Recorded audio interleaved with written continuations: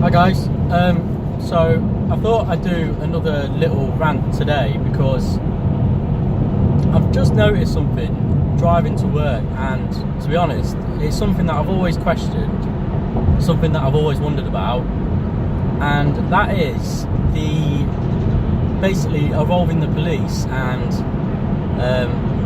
the money that they say they don't have, but then the vehicles that they drive. It's something that I've always wondered. So the police are saying there's probably so many millions under budget this year, and they don't have all the money they need to have to man the streets and work the officers and work everything that's needed to basically make an effective police force as such. And that this is basically Theresa May's fault for cutting the budgets that they have, which, you know, in most part I do agree with. We need an effective police force.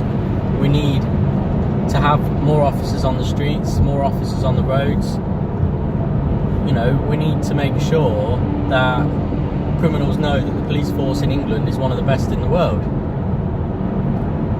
But unfortunately, that's not been the case recently because of all these supposed budget cuts and the fact that the police are losing officers like flies. People are leaving at dramatic rates. I've got a few friends myself that were in the police force and now no longer are in the police force because of this, and because of the amount of work they just have to do. I mean, we all have to work hard sometimes.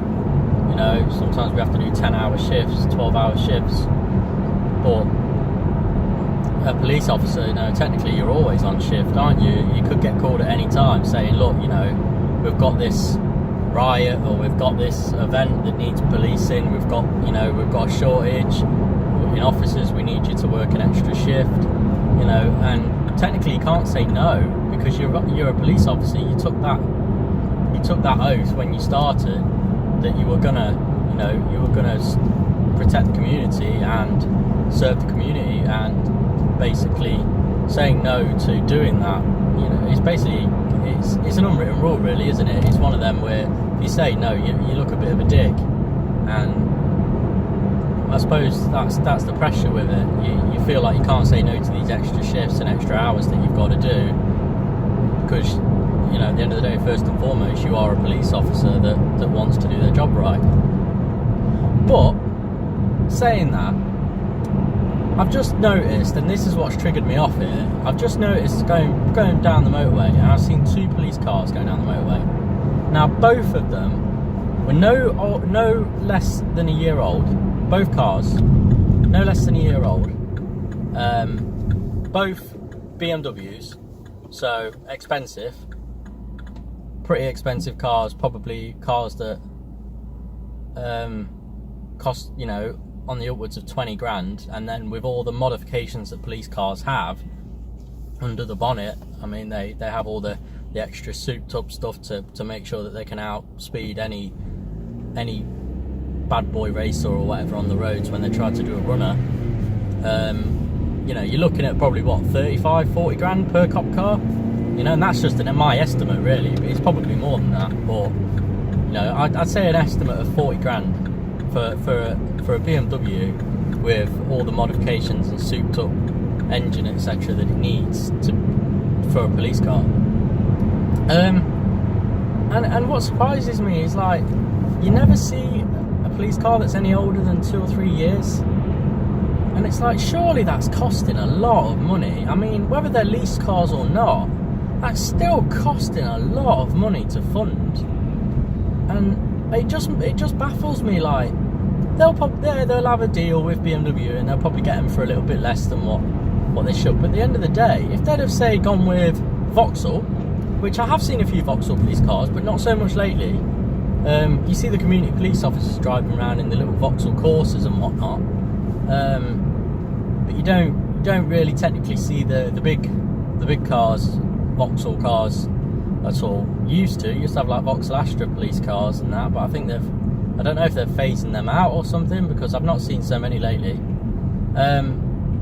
but it's mainly BMWs, and it's like, it makes me wonder, you know, if they just downgraded a little bit to a Vauxhall or to a Ford or whatever from a BMW, that's a saving of about 10 grand per car there, at least. You know, probably more. I mean, the average Ford Focus is what, about for a you know, for a good high-end model that a police car would require, you're looking at about 18 grand, something like that.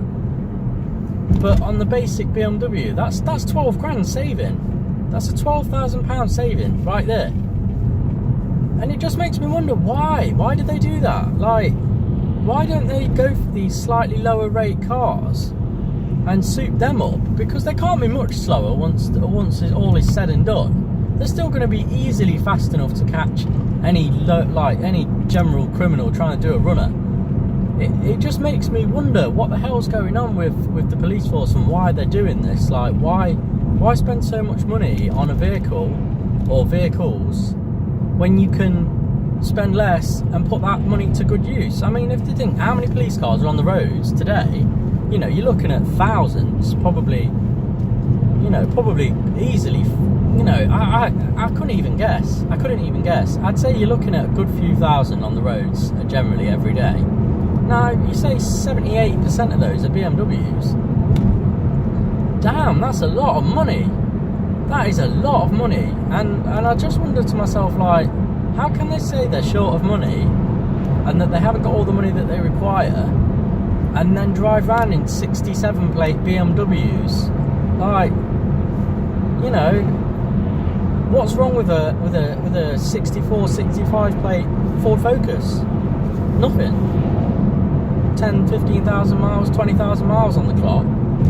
You know, it's not going to harm them. The police have got all the resources they need to make the engine like new again.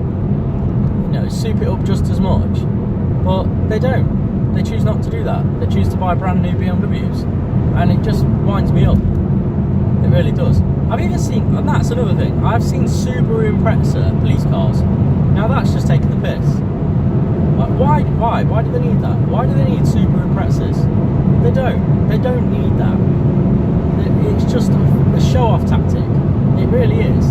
And Audis as well. I've seen undercover Audi cop cars too. And they're all high-rate, expensive models that are just stupid, just show-off tactics. You don't need it. They don't need it. And that's what's getting me today. Like, I've just seen them few cop cars on the road and seen that they were brand new and they were BMWs and that they were souped up to the max, and, like, you know, and the coppers in them look all smug because they're driving a brand new BMW or whatever, and it's like, yeah, alright then, mate, you know, whatever takes your fancy in that, but at the end of the day, you can't moan about not having enough money and then drive around in brand new BMWs. That's my opinion anyway. Anyway, so that's another rant from me done.